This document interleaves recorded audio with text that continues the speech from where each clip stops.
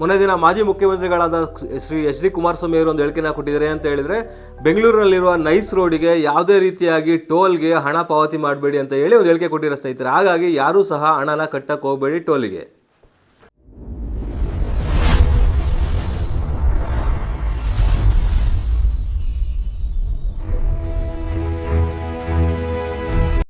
ನಮಸ್ಕಾರ ಸ್ನೇಹಿತರೆ, ನಾನು ನಿಮ್ಮ ಪ್ರೀತಿಯ ಅಡ್ವೊಕೇಟ್ ವಿನಯ್ ಕುಮಾರ್. ನೀವು ನೋಡ್ತಿದ್ದೀರಾ Kannada legal awareness YouTube channel. ಯಾರು ನನ್ನ ಯೂಟ್ಯೂಬ್ ಚಾನಲ್ನ ಇನ್ನೂ ಸಬ್ಸ್ಕ್ರೈಬ್ ಮಾಡ್ಕೊಂಡಿಲ್ವೋ ಅವ್ರು ಇವಾಗಲೇ ಸಬ್ಸ್ಕ್ರೈಬ್ ಮಾಡ್ಕೊಳ್ಳಿ, ಮತ್ತೆ ನಿರಂತರವಾದ ವೀಡಿಯೋಸ್ಗಳಿಗಾಗಿ ಬೆಲ್ ಐಕನ್ ಪ್ರೆಸ್ ಮಾಡಿ ಅಂತ ಹೇಳ್ತಾ ಇವತ್ತಿನ ಟಾಪಿಕ್ಗೆ ಬಂದ್ಬಿಡ್ತೀನಿ ಸ್ನೇಹಿತರೆ. ಇವತ್ತಿನ ಟಾಪಿಕ್ ಏನಂತ ಹೇಳಿದ್ರೆ ಸ್ನೇಹಿತರೆ, ನೈಸ್ ರೋಡ್ಗೆ ಟೋಲ್ ಪಾವತಿ ಮಾಡಬೇಕಾ, ಟೋಲ್ ಶುಲ್ಕ ಪಾವತಿ ಮಾಡಬೇಕಾ ಮಾಡಬಾರ್ದಾ? ಕುಮಾರಸ್ವಾಮಿ ಅವರು ಹೇಳಿದ್ದಾರೆ, ಈಗ ಮೊನ್ನೆ ತಾನೇ ಒಂದು ಪ್ರೆಸ್ ಮೀಟ್ ಮಾಡ್ಬಿಟ್ಟು ಹೇಳಿದ್ದಾರೆ, ನೈಸ್ ರೋಡ್ಗೆ ಯಾವುದೇ ರೀತಿಯಾಗಿ ಟೋಲ್ ಶುಲ್ಕ ಪಾವತಿ ಮಾಡಬೇಡಿ, ಯಾರೂ ಸಹ ದುಡ್ಡನ್ನು ಕೊಡಬೇಡಿ ಅಂತ ಹೇಳಿದ್ದಾರೆ ಸ್ನೇಹಿತರೆ. ಆ ಪ್ರಕಾರವಾಗಿ ನೋಡೋದಾದರೆ ಅವರು ಏನಾದ್ರು ಅಧಿಕೃತವಾಗಿ ಏನಾದ್ರು ಕೊಟ್ಟಿದ್ದೀರಾ, ಆದೇಶ ಮಾಡಿದ ಕುಮಾರಸ್ವಾಮಿ ಅವರು, ಅಥವಾ ಬೇರೆ ಯಾರು ಆದೇಶ ಮಾಡಿದ್ದೀರಾ? ಆ ಸಂಬಂಧಪಟ್ಟಂತೆ ನಾವು ಕೆಲವೊಂದು ವಿಚಾರದ ಬಗ್ಗೆ ನಾವು ಮಾಹಿತಿಯನ್ನು ಕೊಡಬೇಕಾಗಿದೆ. ಹಾಗಾಗಿ ವಿಡಿಯೋ ಮಾಡ್ತಾ ಇದ್ದೀನಿ ಸ್ನೇಹಿತರೆ. ಮೊದಲಿಗೆ ಮೊನ್ನೆ ದಿನ ಒಂದು ಹೈಕೋರ್ಟಲ್ಲಿ ಜಜ್ಮೆಂಟ್ ಆಗಿದೆ. ಆ ಕೇಸ್ ನಂಬರ್ ಏನಂತ ಹೇಳಿದ್ರೆ ಸ್ನೇಹಿತರೆ, WWA ರಿಟ್ ಅಪೀಲ್ ನಂಬರ್ 1214/2025.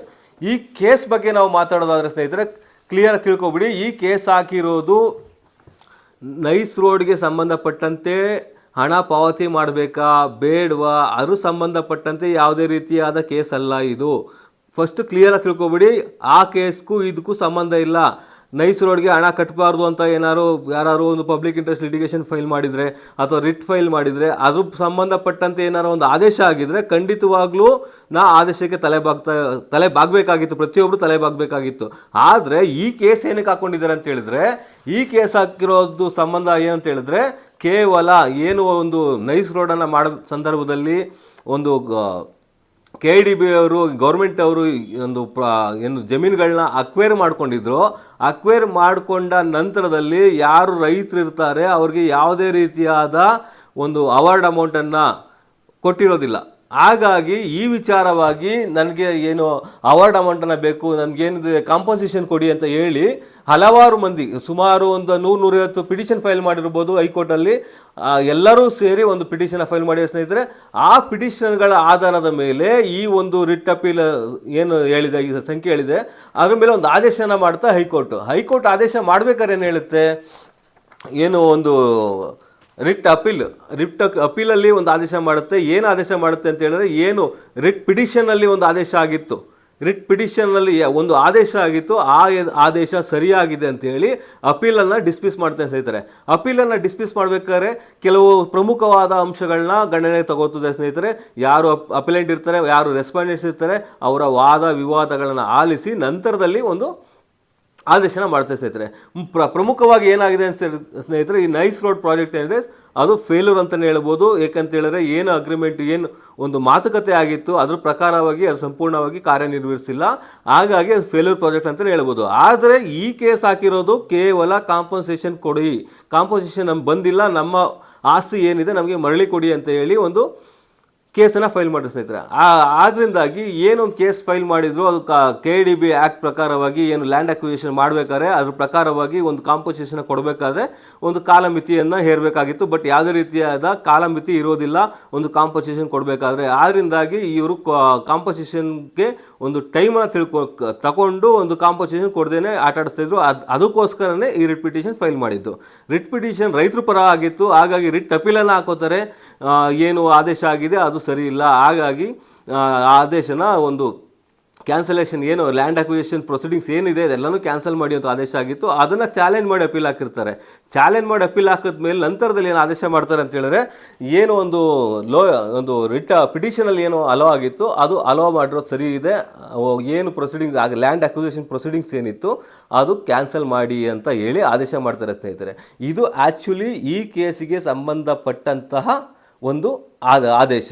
ಆದರೆ ಇಲ್ಲಿ ಏನಾಗಿದೆ ಅಂತ ಹೇಳಿದ್ರೆ, ಒಟ್ಟು ಸುಮಾರು 231 ಪುಟಗಳ ಜಡ್ಜ್ಮೆಂಟ್ ಇದೆ. ಇದರಲ್ಲಿ ಯಾವ ಒಂದು ಜಡ್ಜ್ಮೆಂಟ್ ಕಾಲಮಲ್ಲಿಯೂ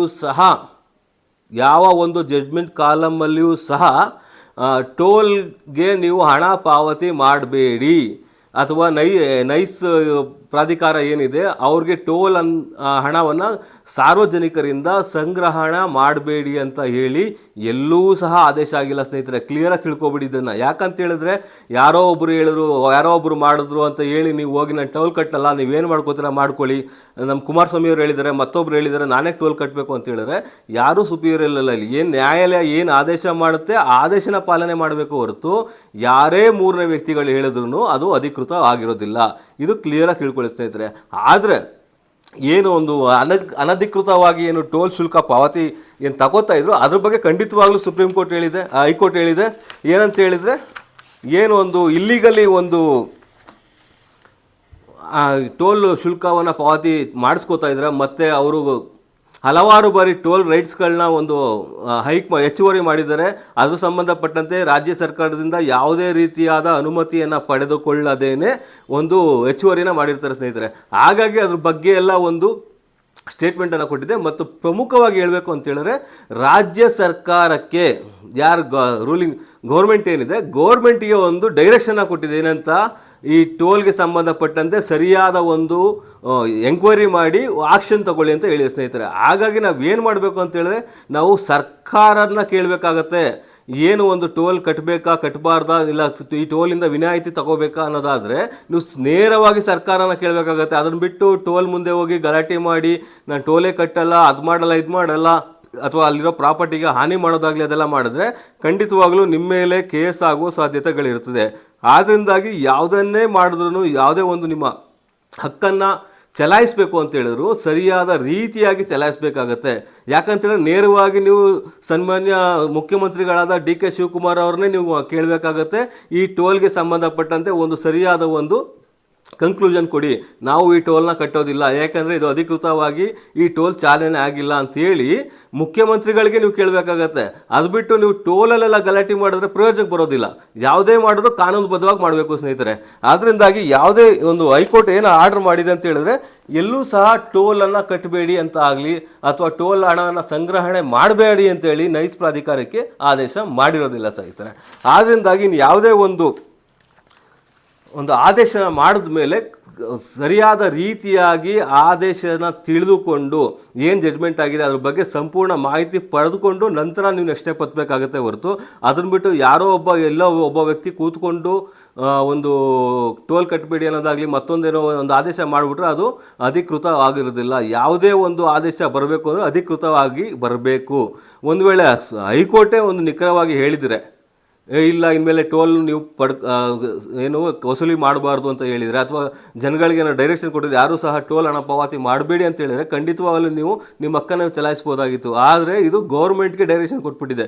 ಹೈಕೋರ್ಟ್ ಏನು ಹೇಳಿದೆ, ಆ ಗೌರ್ಮೆಂಟ್ಗೆ ಒಂದು ಸರಿಯಾದ ಎಂಕ್ವೈರಿ ಮಾಡಿ ನಂತರದಲ್ಲಿ ಆ ಟೋಲನ್ನು ಏನು ಅದೇ ಅನಧಿಕೃತವಾಗಿ ವಸೂಲಿ ಮಾಡ್ತಾ ಇದ್ದಾರೆ ಅದಕ್ಕೆ ಸಂಬಂಧಪಟ್ಟಂತೆ ಒಂದು ಆಕ್ಷನ್ ತಗೊಳ್ಳಿ ಅಂತ ಹೇಳಿದೆ. ಆದ್ದರಿಂದಾಗಿ ನಾವು ಏನೇ ಮಾಡಿದ್ರು ಗೌರ್ಮೆಂಟ್ನ ಕೇಳಬೇಕು ಸ್ನೇಹಿತರೆ. ಗೌರ್ಮೆಂಟ್ಗೆ ಸರಿಯಾದ ರೀತಿಯಾಗಿ ನೀವು ಒಂದು ಅಪ್ರೋಚ್ ಮಾಡಿ ಖಂಡಿತವಾಗ್ಲೂ ನಿಮಗೆ ನ್ಯಾಯ ಸಿಗುತ್ತೆ ಅಂತ ಹೇಳ್ಬೋದು. ಯಾಕಂತ ಹೇಳಿದ್ರೆ ಪ್ರತಿಯೊಬ್ಬರಿಗೂ ಸಹ ಅವರ ಹಕ್ಕನ್ನು ಚಲಾಯಿಸುವ ಹಕ್ಕು ಎಲ್ರಿಗೂ ಇದ್ದೇ ಇರುತ್ತೆ. ಆದ್ದರಿಂದಾಗಿ ಸರಿಯಾದ ರೀತಿಯಲ್ಲಿ ಹಕ್ಕನ್ನು ಚಲಾಯಿಸಿ ನಿಮ್ಮ ಹಕ್ಕನ್ನು ಉಳಿಸ್ಕೊಳ್ಳಿ ಸ್ನೇಹಿತರೆ. ಇದು ನೇರವಾಗಿ ಮುಖ್ಯಮಂತ್ರಿಗಳಾದ ಡಿ.ಕೆ. ಶಿವಕುಮಾರ್ ಅವ್ರಿಗೆ ತಲುಪಬೇಕು ಸ್ನೇಹಿತರೆ. ಯಾಕಂತ ಹೇಳಿದ್ರೆ ಈ ಮುಖ್ಯಮಂತ್ರಿಗಳ ಕೈಲಿರುತ್ತೆ ಇದೆಲ್ಲ. ಹಾಗಾಗಿ ಸರಿಯಾದ ಒಂದು ರೀತಿಯಾಗಿ ಒಂದು ಆಕ್ಷನ್ ತಗೊಂಡು ಟೋಲ್ ಮುಕ್ತ ಮಾಡಿದ್ರೆ, ನೈಸ್ ರೋಡ್ ಟೋಲ್ ಮುಕ್ತ ಮಾಡಿದ್ರೆ ಖಂಡಿತವಾಗ್ಲೂ ಲಕ್ಷಾಂತರ ಜನಗಳಿಗೆ ಉಪಯೋಗ ಆಗುತ್ತೆ ಇದು. ಯಾಕಂತ ಹೇಳಿದ್ರೆ ಬೇರೆ ಟೋಲ್ಗಳಿಗೆ ಹೋಲಿಸ್ಕೊಂಡ್ರೆ ನೈಸ್ ರೋಡಲ್ಲಿರೋ ಟೋಲ್ ಶುಲ್ಕ ತುಂಬ ದುಬಾರಿ. ಹಾಗಾಗಿ ಇದ್ರ ಸಂಬಂಧಪಟ್ಟಂತೆ ಸರಿಯಾದ ರೀತಿಯಾಗಿ ಒಂದು ಪ್ರತಿಭಟನೆ ಮಾಡೋದಾಗಲಿ ಅಥವಾ ಒಂದು ಅರ್ಜಿಯನ್ನು ಸಲ್ಲಿಸೋದಾಗಲಿ ಮಾಡಿ. ಅದನ್ನು ಬಿಟ್ಟು ಜಗಳ ಮಾಡೋದಾಗಲಿ ಗಲಾಟೆ ಮಾಡೋದಾಗಲಿ ಮಾಡೋದ್ರಿಂದ ಇಲ್ಲದ ಸಲ್ಲದ ಕಾನೂನಿನ ಒಳಕು ತೊಳಕುಗಳಿಗೆ ನೀವು ಬದ್ಧರಾಗ್ತೀರಾ ಅಂತ ಹೇಳ್ಬೋದು ಸ್ನೇಹಿತರೆ. Thank you.